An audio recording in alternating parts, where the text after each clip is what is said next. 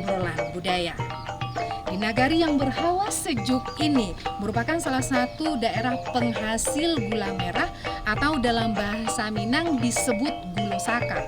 Namun sayang, gaungnya kurang terdengar dibandingkan saudaranya si Gulolawang. Inilah yang membuat kami tertarik menggali lebih dalam tentang si manis dari lereng Merapi. Mari kita ikuti penelusuran kami.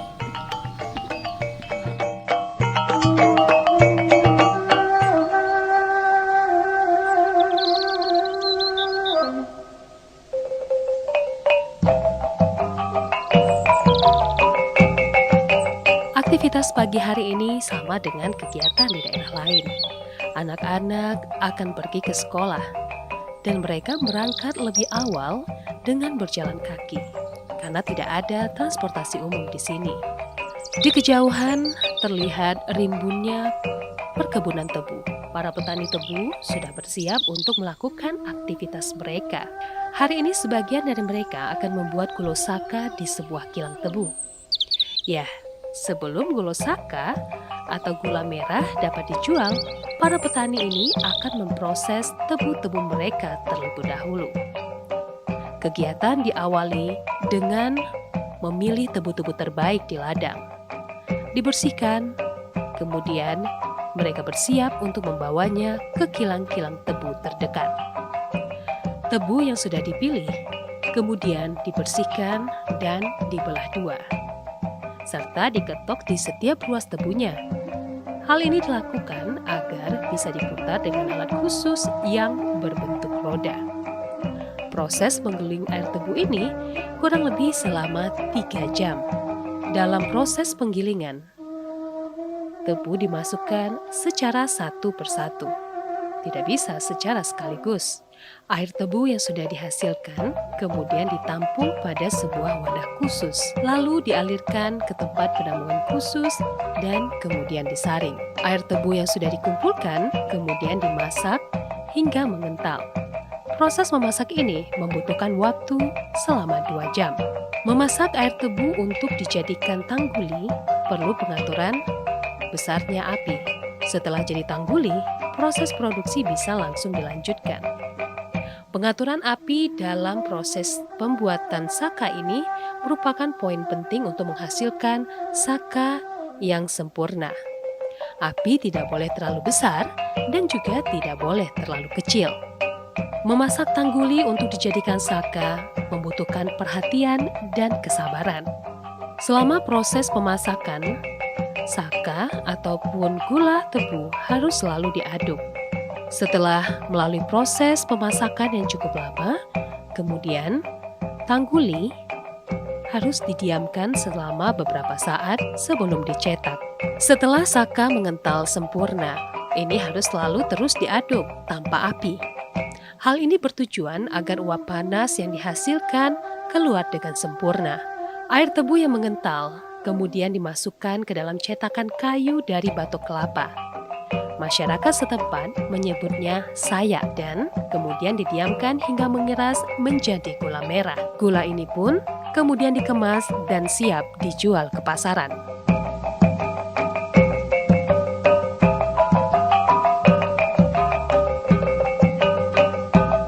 Perjalanan kami dengan tim dimulai dengan menelusuri jalan kecil yang mendaki di lereng Gunung Merapi. Jalanan ini hanya bisa dilalui oleh 1 mobil saja. Kemahiran berkendara benar-benar diuji di sini. Lengah sedikit bisa berbahaya, apalagi saat musim hujan tiba. Tapi untungnya selama perjalanan kami disuguhi pemandangan yang cukup indah dan asri.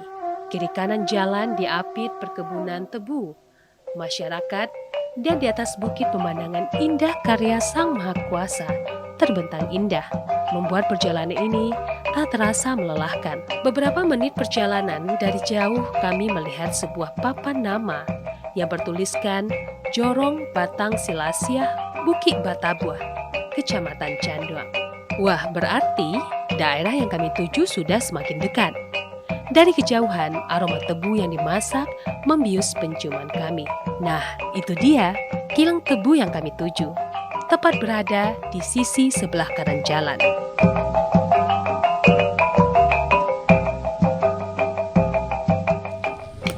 Pendengar dan pemirsa RRI Net, di kesempatan ini kita akan menuju Pondok Kilangan Tabu milik masyarakat, dan kita di sana sudah dinanti oleh pemilik dan juga narasumber lainnya. Yuk ikuti saya.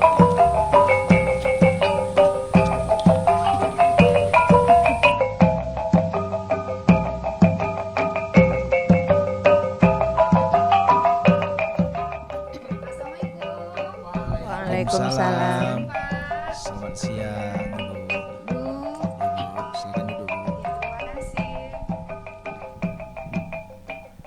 Pemirsa RRI Net dan pendengar Pro 1 di mana saja berada, saat ini saya berada di sebuah pondok kilang tebu milik masyarakat di Nagari Bukit Batabuah, Kecamatan Canduang, Kabupaten Agam. Dan saat ini bersama saya sudah ada narasumber kita akan mengobrol tentang manisnya glosaka dan bagaimana prospek tebu di nagari ini. Namun sebelumnya mungkin saya akan perkenalkan dulu dari ujung, silakan Bapak. Iya, nama saya M. Nur Bagindo Ya. sebagai petani di Bukit Batabuh. Oke, ya dengan baju dinas yang keren sekali, silakan Bapak. Siapa Pak? Ya, selamat siang, Bu. Selamat siang. Perkenalkan, nama saya Firdaus. Di sini saya sebagai wali nagari Bukit Batabuah, Kecamatan Canduang, Kabupaten Agam. Oke, dan ibu yang cantik di sebelah saya, kalau boleh tahu namanya siapa Bu? Ya, selamat siang Ibu. Ya. Perkenalkan, nama saya Salmi Afrita, KWT di Nagari Bukit Batabuah. KWT. Ya, kelompok wanita tani. Ah iya, petaninya aja sudah secantik ini. Coba kita yakin pasti yang dihasilkan juga cantik dan manis ya Bu ya. Alhamdulillah. Nah, namun saya saat datang ke sini ada juga yang ada pertanyaan besar di kepala saya. Karena saya mengira selama ini yang namanya saka hanya berada di Lawang. Karena gula saka, berarti orang kadang-kadang menyebut gula lawang. Ternyata di daerah Bukit Batabuah ini kita juga mempunyai produk yang sama ya Pak ya. Mungkin bisa diceritakan bagaimana sejarahnya. Mungkin dari Pak Gindo di kesempatan ini. Ya, terima kasih. Mungkin masalah perbedaan tempat mungkin ya. Kalau Bukit Batabuah ini mungkin kalau sejarah dari nenek moyang dulu, mungkin masalah gula tebu ini lebih dulu daripada di Lawang. Oh, iya. Luas lahannya pun lebih luas, jauh lebih luas daripada Lawang dan Matur. Jadi itu mungkin perbedaan antara Lawang dan Bukit Batabuah itu. Kebetulan Lawang ini dia itu terletaknya di gerbang wisata, dia itu lebih dulu diperkenalkan ke masyarakat luas. Iya, Itu iya. mungkin kalau masalah lokasi. Itu jadi salah satu kendalanya karena lokasi. Iya, tapi sama-sama di Kabupaten Agam ya Pak ya? Sama-sama di Kabupaten Agam. Tapi karena Lawang terletak di daerah wisata, mereka lebih terekspos. Iya. Kalau boleh tahu, tahun produksinya apakah juga beriringan antara daerah Bukit Batabuah ini dengan Lawang sendiri, Pak? Ya mungkin nggak jauh beda, Bu. Kalau sejarah petani tebu antara Lawang dan Bukit Batabuah itu mungkin nggak jauh beda. Sebab pasar kami pun sama. Orang Lawang menjual sakanya ke daerah Kota Baru, ke Bukit Tinggi, orang di sini juga. Nah gitu. Dan tetap itu juga konsumennya? Tokenya, iya, konsumennya tetap. Penjualnya pun orang yang dua daerah itu. Tetap, sampai sekarang. Cuman hanya beda sedikit mungkin cara pengolahan, cara masak, dan cara cetakan. Berbeda dengan Lawang. Kalau di Bukit Batabuah dari dulu sampai sekarang, jadi masih manual, masih memakai tradisi lama. Iya. Kami memakai patok kelapa atau Tampuruang Karambia. Tampuruang Karambia. Ya. Sampai sekarang masih kami pakai. Kalau di Lawang kami juga sering berkunjung ke sana. Di sana itu memakai buluh bambu. Oh, Jadi iya, di iya. situ Untuk mencetaknya. Untuk mencetaknya. Di situ perbedaan sedikit. Mungkin ini maaf ya, kita bukan merendahkan yang lain gitu. Iya. Mungkin kalau di segi mutu, rasanya mungkin kita boleh kita cek, boleh kita Iya. survei ke pasar. Aha. Mutu saka di Bukit Batabuh ini yang paling bersih, yang paling bagus gitu. Oke. Harga saka pun mungkin di sini yang lebih seluruh produksi saka di Sumatera Barat mungkin di Bukit Batabuh ini yang paling tinggi harganya. Itu boleh kita cek ke pasar itu. Oke, jadi sebenarnya mana yang lebih tua nih, Pak? Ya mungkin ya kita nggak bisa ngomong pasti ya. Kalau Iya, kita iya, bilang iya. Bukit Batabuh yang paling tua, mungkin orang Lawang akan bilang dia yang paling tua. Oke, Mungkin nggak oke. jauh-jauh beda mungkin. Aha. Tapi saya tertarik nih, Pak. Bapak mengatakan hasilnya berbeda Ya, antara saka dari Lawang Iya. dan Bukit Batabuh. Iya. Apa bedanya, Pak? ya mungkin di segi kalau produksi, di segi pengolahan itu pasti berbeda. Cara masak, cara mencetak, cara ukuran takar waktu masaknya pun berbeda. Dan akan menghasilkan produk yang berbeda juga. Produk yang berbeda juga. Oh, itu pasti ya, Pak ya. Pasti itu. Untuk harga sendiri apakah bersaing? Sangat bersaing. Mana yang lebih mahal? Mahal Bukit Batabuh. Mahal Bukit Batabuh. Iya. Berarti kalau begitu gulo saka atau gulo merah dari Bukit Batabuh ini bisa dijadikan mata pencarian utama bagi masyarakat sini. 90%. 90%. Iya. Oke, saya bertanya dulu kepada Nyek Wali di kesempatan ini. Ya. Nyek, kalau memang 90% menjadi mata pencarian masyarakat, berarti ini boleh dikatakan dari proses tebu menjadi saka kemudian dijual ke pasar, ini bisa dikatakan dapat memenuhi kebutuhan masyarakat. Realitanya seperti apa nih, Nya? Ya, sebenarnya betul apa yang disampaikan oleh Pak Gindo tadi, bahwasanya di Bukit Batabuh itu ekonomi nomor satunya itu adalah saka atau gula merah. Gitu. Namun demikian, walaupun pertama kita tinjau dari segi produk saka negeri Bukit Batabuh itu dari segi kualitas dan lainnya memang bisa kita katakan sebagai nomor satu karena sudah pernah kita uji coba pada tahun 2005 dulu. Namun demikian, walaupun kita memiliki harga yang cukup tinggi dibanding dengan yang lain, namun di sana untuk ekonomi belum bisa kita katakan ini menjadi ekonomi yang artinya memenuhi standar ekonomi masyarakat kita Bukit Batabuh gitu. Walaupun ini sudah menjadi 90% tadi ya, Anya, menjadi mata pencarian masyarakat. Iya.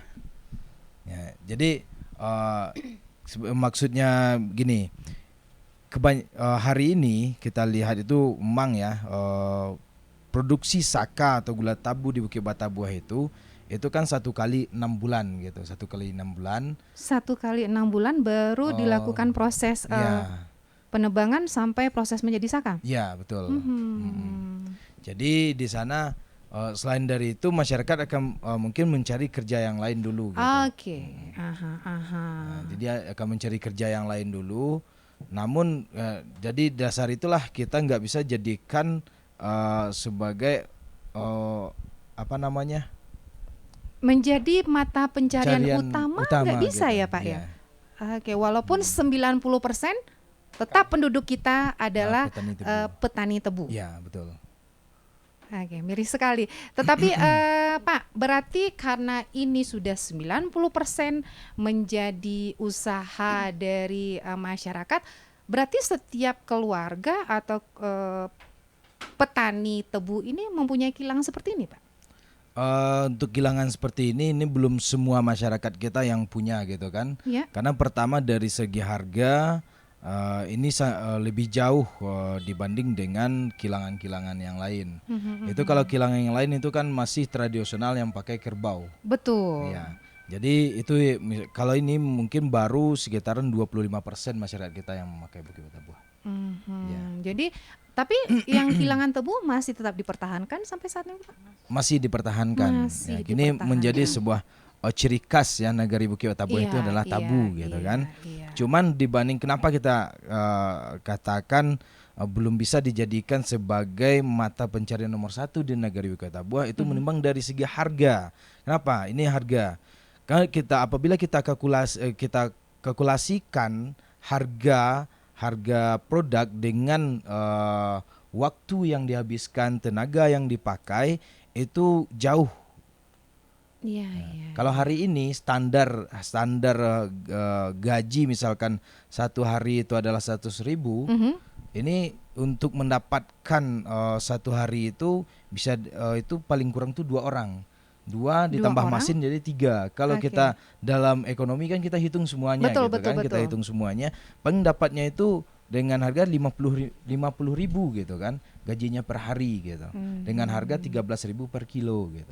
13.000 per kilo. 13.000 per kilo. Oke. Tetapi masyarakat tidak mau menghilangkan profesi ini, apa penyebabnya nih, Pak?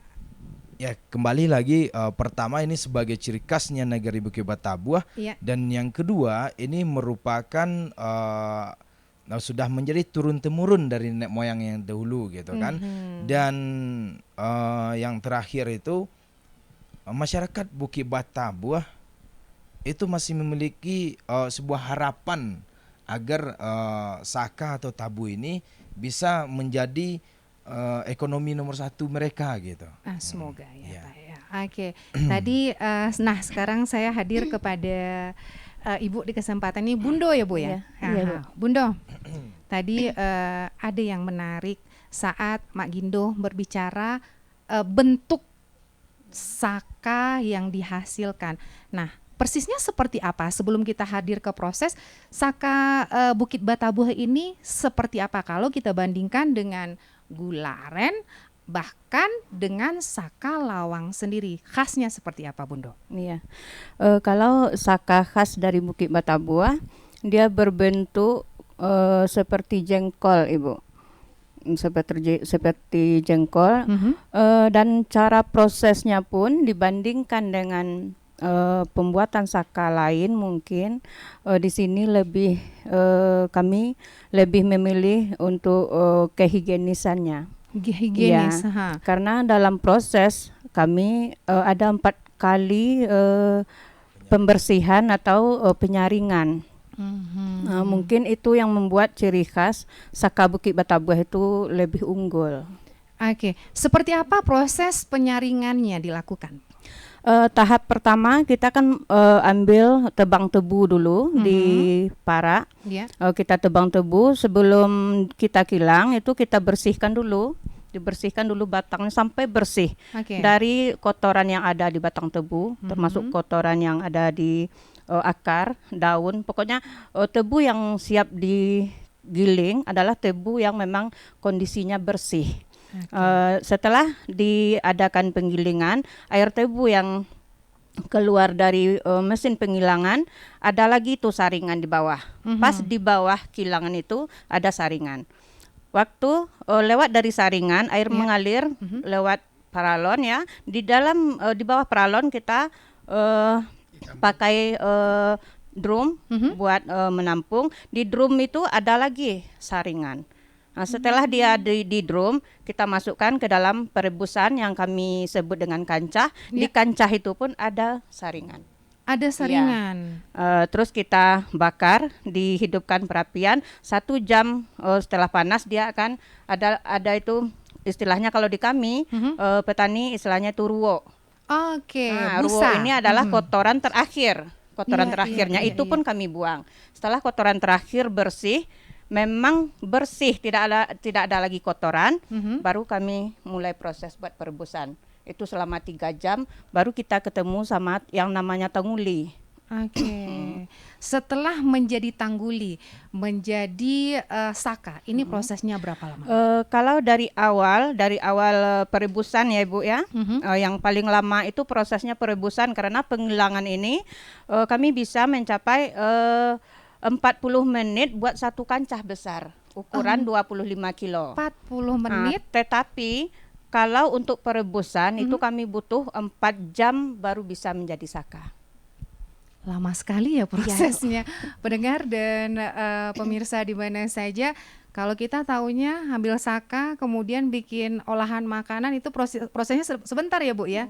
Beli di warung langsung. Tapi ternyata tidak seperti itu. 4 jam. Kenapa harus memakan waktu yang sepanjang itu Bu? Untuk Apakah karena higienis lagi atau memang Bukan. seperti apa? Kalau sekarang kan kami masih manual Ibu, memang semaksimal mungkin waktu ya segitu sekitar 4 jam dengan kayu pembakar yang ada di kampung kami Bu. Karena masih manual, kami belum tersentuh yang namanya kompor listrik. Iya. Jadi buat memasak kami masih pakai kayu yang kami datangkan di hutan sama ampas tebu yang ada di belakang ini Bu. Oke. Ini kami pakai untuk masak. Jadi kayu dicampur dengan campur ini. ampas tebu ini. Itu iya. Sekarang alhamdulillah kita tuh sudah ada juga yang memakai blower Ibu. Alhamdulillah blower ini sangat membantu dari waktu yang 4 jam bisa menjadi 3 jam. Jadi proses merebus sama blower bisa mengurangi kebutuhan Waktu. kita 1 jam. 1 jam. Bisa mempercepat Nah, 1 ini jam. udah masak nih Bu. Cara pencetakan sendiri Bu, makan proses waktu berapa? Ya, begini Bu. Kalau proses pencetakan di kami di sini ada 3 jenis saka Ibu. 3 jenis saka. Yang Dengan- pertama saka gatah, Mhm. yang kedua saka kering, saka karyang di kami namanya Iya. Bu. Yang ketiga itu gula semut. Ini inovasi baru. Oke. Jadi ketiga-tiganya Ibu berbeda cara masaknya. Berbeda cara masak walaupun berasal dari tebu Iya. yang sama. Ya, kalau kita masuk ke saka gatah Ibu, itu yang dari tangguli tadi Bu kita endapkan dulu di dalam drum selama 1 minggu atau lebih, atau tergantung kebutuhan si yang punya produk. 1 minggu dibiarkan Ya, dulu. diendapkan dulu di dalam drum asing. Iya. Baru kita cetak. Kalau kebiasaan masyarakat di sini kalau udah habis uang belanja, baru dicetak yang ada di drum tadi. Jadi Iya. istilahnya kayak celengan, Tabungan ya kayak Bu ya, tabungan. celengan. Ha.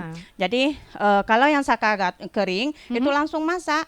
Di perebusan itu langsung kita jadikan, langsung jadi hari itu juga. Kalau Oke. kita masaknya 2 kancah, berarti 2 kancah itu paling tidak jam 5 itu udah siap jadi saka.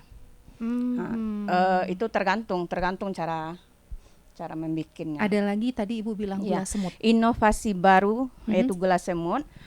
Kalau gula semut perbedaan dibandingkan dengan saka, yang saka gatah sama saka kering itu dicetak pakai yang dibilangi Bapak Bagindo pakai tempurung.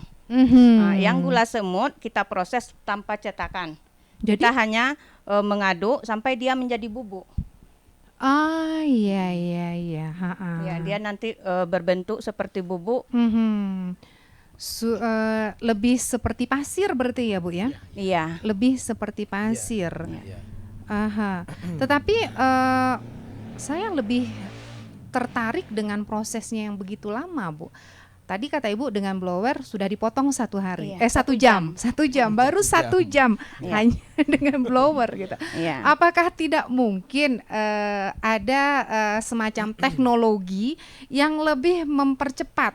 Karena tadi seperti yang dikatakan Inyak Wali, salah satu kendalanya masyarakat tidak bisa menumpangkan hidup dengan hanya menjadi petani tebu dan pengolah saka ini Bu.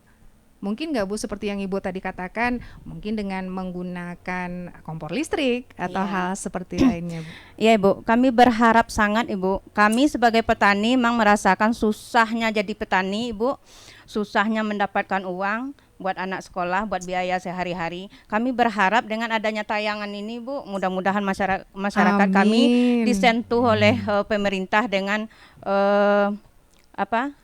alat-alat yang canggih gitu. Bisa memangkas waktu produksi kami yang memakan 4 jam. 4 jam itu Ibu itu udah apa? Udah terlalu Paling cepat ya yang saat paling ini? cepat itu 4 jam. Tetapi ada apa namanya yang sampai 5 apa 6 jam Ibu. Itu yang dibilang 4 jam itu udah yang paling cepatnya Udah gitu. paling cepat. Ya, kami berharap perhatian pemerintah ke Nagari Bukit Batabuah khususnya petani tebu untuk bisa meringankan beban kami masyarakat Bukit Batabuah. Petani Baik, tebu. pendengar Pro 1 dan juga pemirsa RRI Net, saat ini kami yang berada di Kilangan ini juga disaksikan oleh masyarakat sekitar dengan keinginan tahu mereka dengan program kita ini. Namun sebelumnya kita akan simak dulu yang satu ini.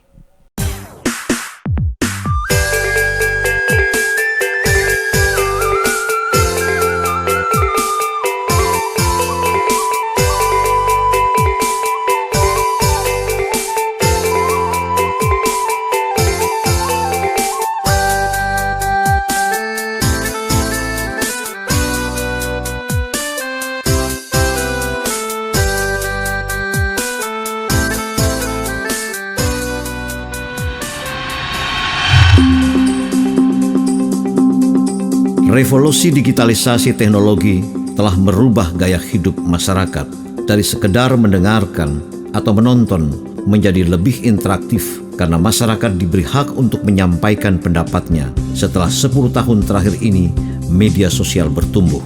Itulah dengan apa yang disebut komunikasi 3.0, suatu masa yang dibutuhkan oleh zaman. Radio Republik Indonesia menghadirkan RRI Net bukan untuk menjadi televisi, tapi radio yang divisualkan. Bukan untuk bersaing, tapi hadir memenuhi apa yang publik mau. Karena Radio Republik Indonesia sedang menjalankan tanggung jawab sosial, maka semakin banyak pendengar akan semakin banyak pula pencerahan kepada masyarakat sampai menembus jantung yang paling dalam. RRI Net dengan tagline "Tonton yang Anda dengar".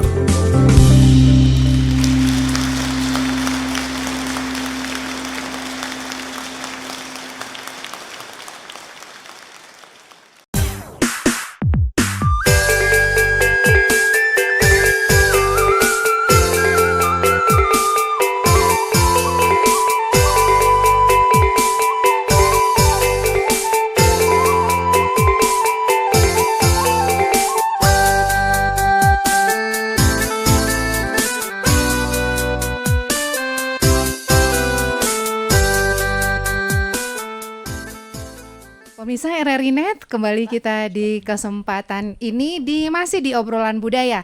Nah, tadi kita sudah membahas macam-macam produk olahan yang dapat dibuat dari tebu yang dihasilkan di Bukit Batabuah ini. Nah, Bundo, tadi katanya ada gula semut, Iya. ada tangguli, ada saka. Kalau boleh tahu seperti apa sih bentuk produknya, Bu? Nih, iya. Ini ada contohnya Ibu. Wow, ternyata ditaruh di Ya. belakang ya. Ini Ya, tangguli. simsalabin. Iya. Ini namanya apa, Bunda? Tangguli, Bu. Tangguli. Iya. Ah, seperti cairan ya, Bunda Iya. ya? Itu udah Aha. siap dipakai, bisa Siap. buat bubur putih Iya, bubur sama putih. cendol boleh. Aha. Kalau istilahnya ada lagi bubur sumsum ya? Ah, iya. Aha. Oh, Iya. ya ini udah langsung Iya. dituang. Ini yang Aha. berupa gula semut, inovasi Gula baru. semut, iya. Iya. Gula semut kalau saya searching baca-baca resep makanan saat ini banyak ya pengolahan menggunakan gula semut ini Iya. ya, Bunda ya. Iya. Aha. Dan ini saka. Ini yang paling khas. Iya, saka merah. Saka merah. Jadi sahabat budaya dan juga pemirsa, kalau mungkin di Pulau Jawa kita lebih mengenal dengan gula aren. Nah, inilah produk gula yang dihasilkan dari tebu Iya. atau gula saka. 100% dari tebu. 100% dari Organik. tebu. Iya. Organik Iya, lagi. Iya. Waalaikumsalam warahmatullahi wabarakatuh. Iya, nggak apa-apa Pak Camat. Iya. Bapak. Tapi ini udah kami mulai, nggak apa-apa ya Pak ya. Aha. Kita ngobrol tentang produk yang sangat menarik sekali di Bukit Batabuah ini, Pak. Nah, tadi Pak Camat, kami tadi sudah ngobrol dengan narasumber yang hadir. Banyak tadi cerita tentang olahan tebu ini. Namun ada tadi sedikit cerita yang menurut saya miris. Adanya hasil dari tebu ini mulai tadi tidak mencukupi. Kemudian juga alat yang digunakan juga boleh dikatakan kurang memadai. Nah, Pak Camat langsung saya todong, nggak apa-apa ya Pak ya? Apa upaya pemerintah yang dilakukan agar produk ini tetap berjalan, kemudian produktivitasnya lebih bagus, kualitasnya lebih bagus, dan lebih menguntungkan masyarakat? Mungkin sebelum kita mulai kepada substansinya tadi pertanyaan, sebagai gambaran, untuk di Kecamatan Canduang ini ada 3 nagari. Nagari Bukit Batabuah yang sebelah ke barat ya, ke barat, kemudian Lasi, dan nagari Canduang Kotolawe. Oke. Nah, kemudian nagari yang tiga ini memiliki karakteristik dan kontur wilayah yang berbeda. Oke. Kontur wilayah yang berbeda, dan khusus di nagari Bukit Batabuah itu memang kita potensi unggulan kita itu memang tebu ini. Tebu, sebagian besar masyarakat di sini memang menggantungkan mata pencahariannya dari berladang tebu. Dari waktu ke waktu sebenarnya usaha ini terus berkembang secara mandiri maupun ada bantuan dari pemerintah. Tetapi kalau kita lihat secara kendala permasalahan yang dihadapi, memang ada beberapa permasalahan yang dihadapi oleh para petani tebu. Betul. Nah, salah satunya masalah alat, kemudian Proses yang lama tadi proses yang lama, kemudian pemasaran. Kami dari pemerintah daerah, khususnya di Kabupaten Agam, itu sangat serius sekali untuk bagaimana mengembangkan potensi UMKM ini. UMKM ini bagaimana bisa berkembang ke depannya.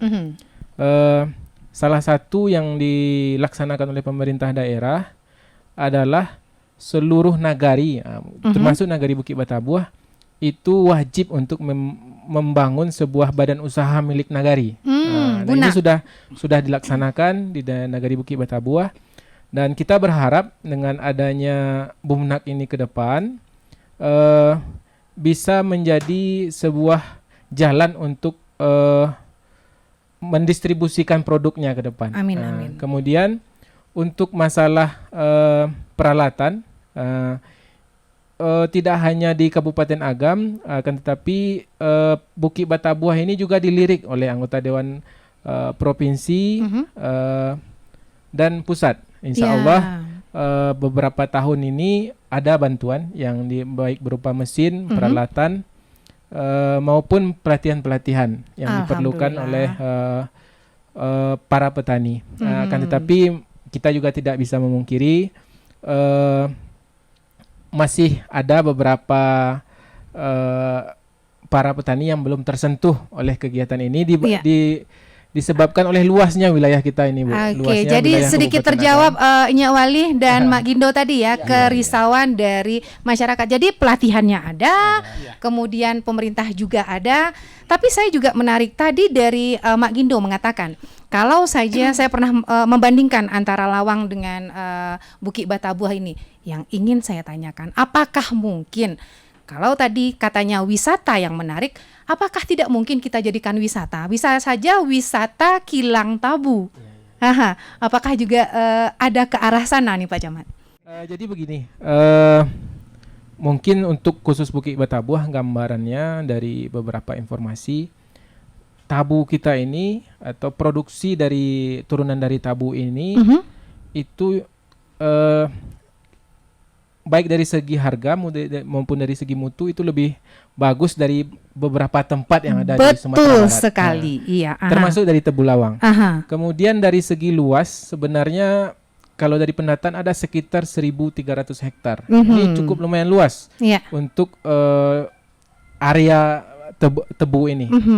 Nah, kemudian dari kontur atau ketinggian Bukit Batabuah ini sangat berpotensi untuk dijadikan pariwisata. Sangat indah sekali. Sangat Saya indah juga sekali. takjub tadi, Pak. Iya. Kalau kita pergi ke Bandung itu ke Lembang, ini 11-12 iya. dengan Lembang tempat, ala Agam. ala Agam, ya. Lembang ala Agam. Lembang ala Iya, Agam. iya. Nah, kemudian kemarin kami didatangi oleh tim dari Kementerian Desa. Alhamdulillah. Memang ada konsep yang sedang kami rancang ini dengan Nyak Wali, Iya. itu pembangunan kawasan pedesaan. Pembangunan kawasan kawasan pedesaan dan salah satunya masuk di sana pariwisata. Iya, dan Ah, fokus kita iya. salah satunya adalah masalah pariwisata. Ya. Kalau kawasan pedesaan ini kita akan coba sinkronkan 3 nagari yang ada di Kecamatan Canduang, Bukit Batabuah, Lasi, kemudian Canduang Kotolawe. Nanti kita sederhananya kita buatkan paket wisata di 3 nagari ini. Nah, itu ya Ini memang yang saya karena inginkan. Nagari ini masing-masing memiliki Karakteristik yang berbeda. Oke, Pak Camat. Dari Pak Camat saya juga ingin kepada Gapoktan dan juga Inyak Wali yang langsung berhadapan. Dari tadi kalau saya melihat mulai dari penghilangannya, ini lebih didominan oleh katakanlah orang yang sudah bayar. Yang sudah bayar. Bagaimana generasi di sini, generasi muda di sini menanggapi nagari ini, khususnya tentang tabu dan juga kilang saka kita? Apakah mereka tertarik atau mereka lebih memilih mungkin untuk merantau seperti yang lain? Silakan, mungkin dari Nyak Wali dulu.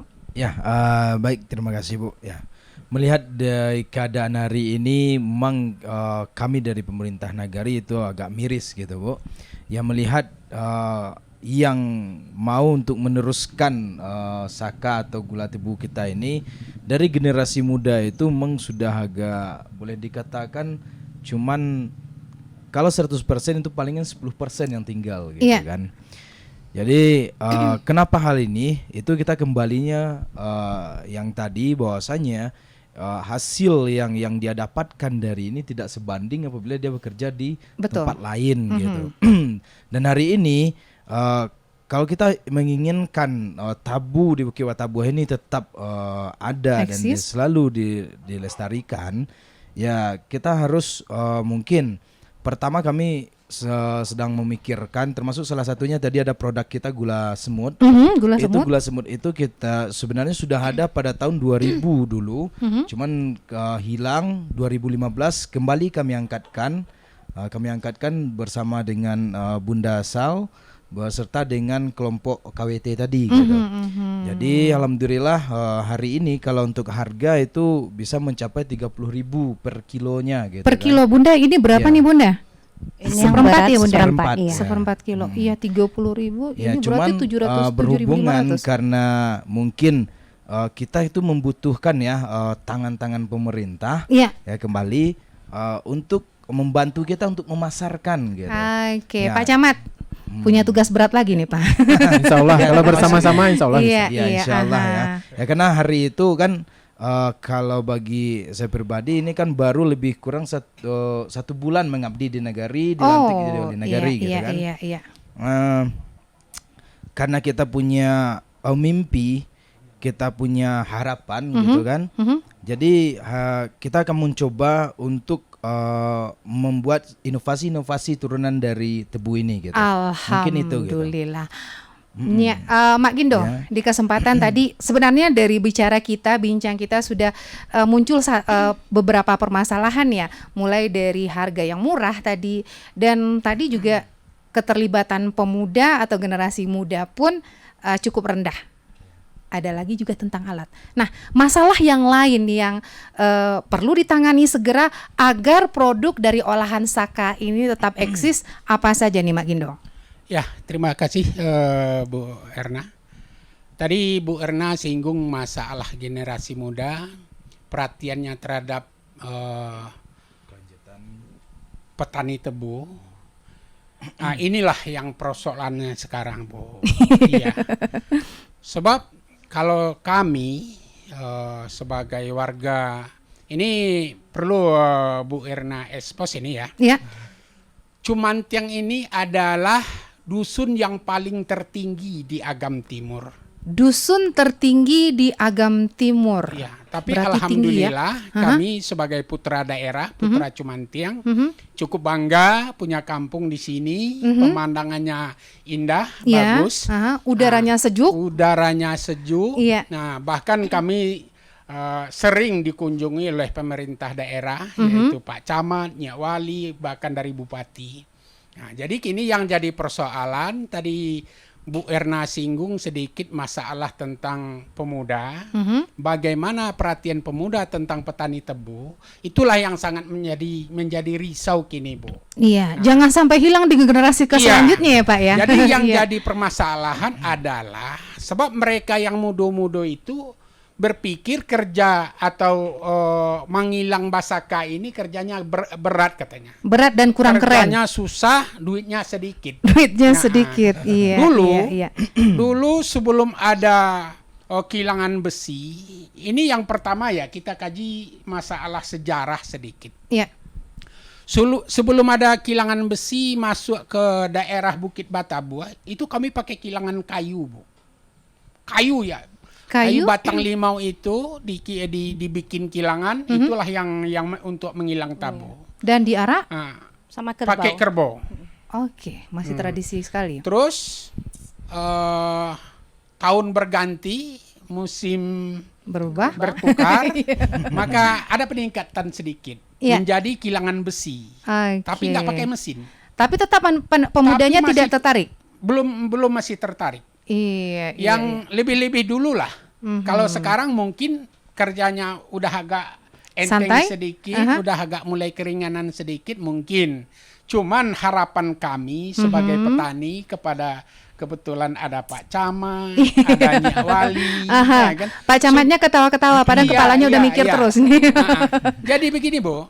Jadi perbedaan dari peralihan dari kilangan kayu ke kilangan besi, dari kilangan besi beralih ke kilangan mesin itu tuh Iya. perubahannya jauh. Di Dan segi waktu dulu kita. Waktu tadi sudah disinggung. Iya. Hasil yang dihasilkan juga Iya. bagus ya Pak ya? Biasa kami menghilang kalau 3 kancah ya Bu ya. Di sini kancah namanya Bu. Iya, kuali besar ya. Kuali besar itu tuh. 3 kancah itu beratnya 45 kilo Bu. Satu kancahnya 15 kilo. Menghasilkan? Itu menghabiskan waktu dari jam 6 pagi sampai jam 6 sore. Dan menghasilkan lebih kurang? Menghasilkan lebih kurang 45 kilo. Oke. Iya kan? Iya. Dan itu menghasilkan kalau boleh dikatakan pundi-pundi rupiah 45 kilo dikali Dikali 10.000 atau 12.000. dikali 2 hari. Dikali 2 Hanya hari. segitu ya Pak ya? Memakai orang kerja 3 orang. Oke. Sebentar, Mak Gindo. Ya. Pantesan kalau seperti itu bukan saja harga. Ini pemasaran nih Pak Camat. Iya. Pemasaran, saya tanya dulu sama Pak Camat. Kalau demikian pemasaran yang dicarikan seperti apa? Mulai tentunya mendapatkan harga yang layak dan dapat semua produk ini diterima oleh konsumen. Apa hal yang dilakukan oleh pemerintah ini, Pak? Terima kasih. Untuk pemasaran ini kita memang ada kendala yang ditemui di lapangan dan salah satunya ini masalah packaging. Packaging, iya. Ya. Aha.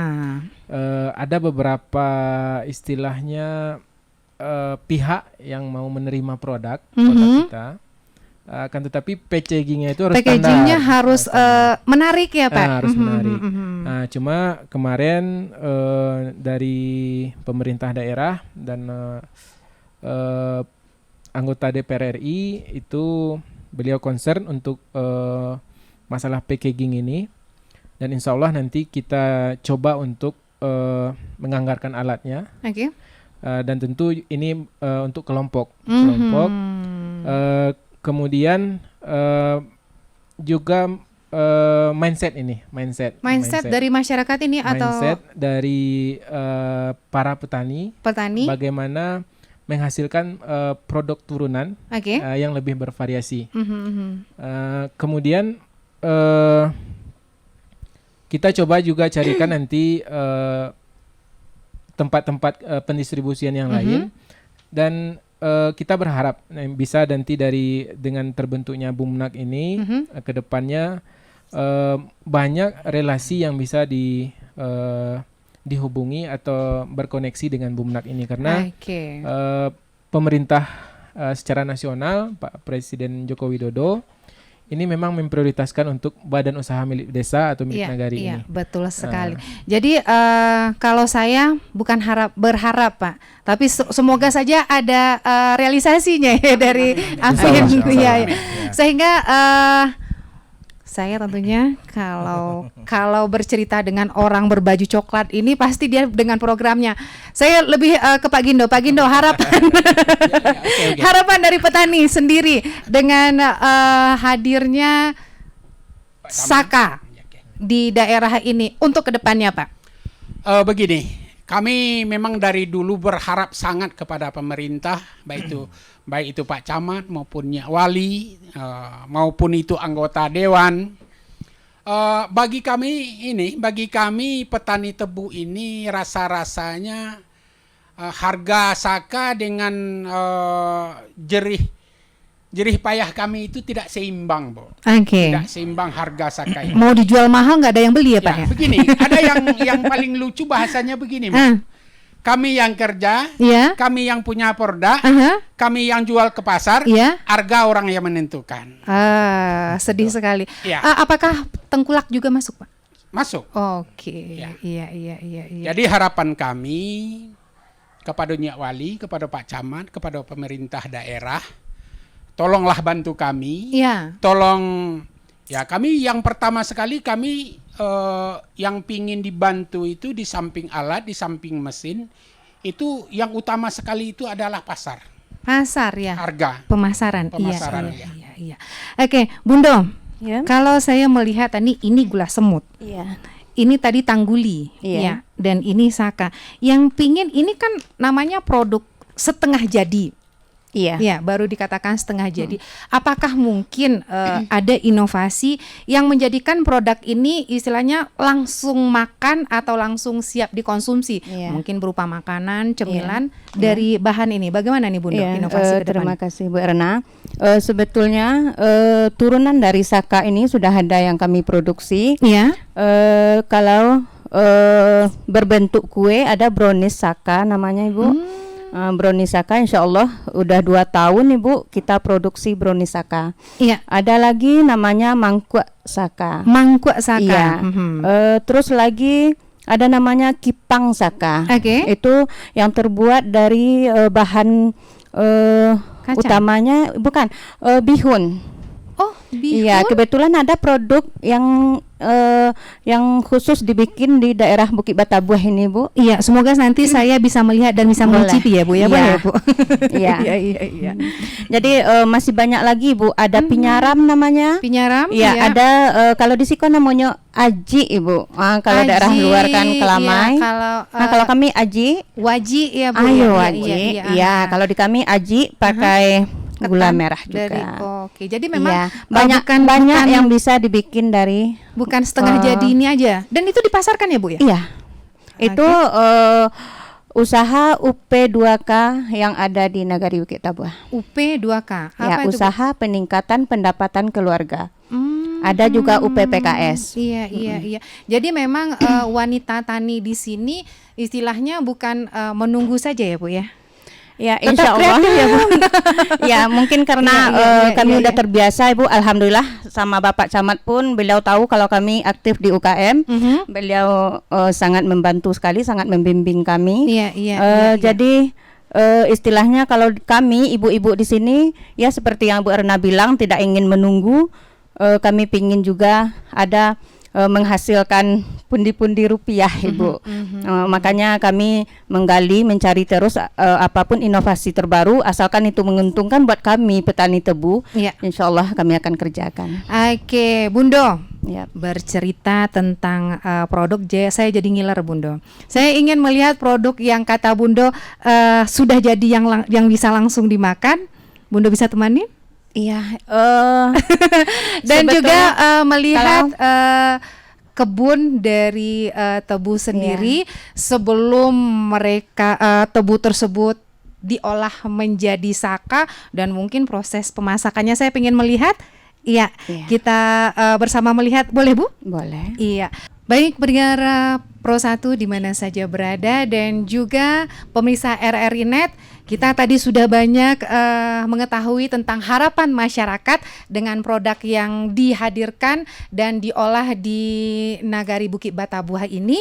Dan semoga saja harapan dari beliau yang ada di sini dapat terwujud dan lebih membuat masyarakat kita menjadi lebih sejahtera. Amin, Dan amin, ya Rabbal alamin. terima kasih Bapak-bapak dan juga Bundo yang telah menyempatkan sama-sama, waktu Ibu. untuk ngobrol bersama saya di obrolan budaya di kesempatan ini. Namun saya akan pamit karena ingin melihat keindahan dari nagari ini dan juga ingin melihat kebun tebu yang ada di sini. Terima kasih Bapak, Ibu. Ya. Terima kasih Bapak Ibu. Assalamualaikum. Ya, semoga harapannya tercapai ya Pak ya. Sukses selalu. Assalamualaikum.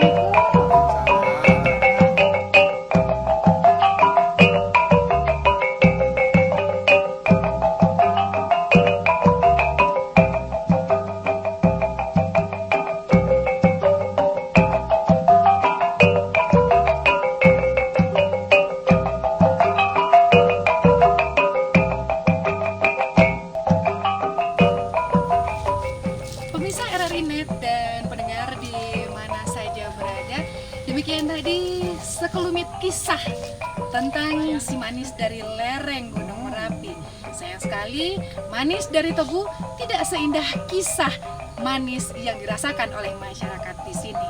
Saya Erna atas nama kerabat kerja mengucapkan terima kasih.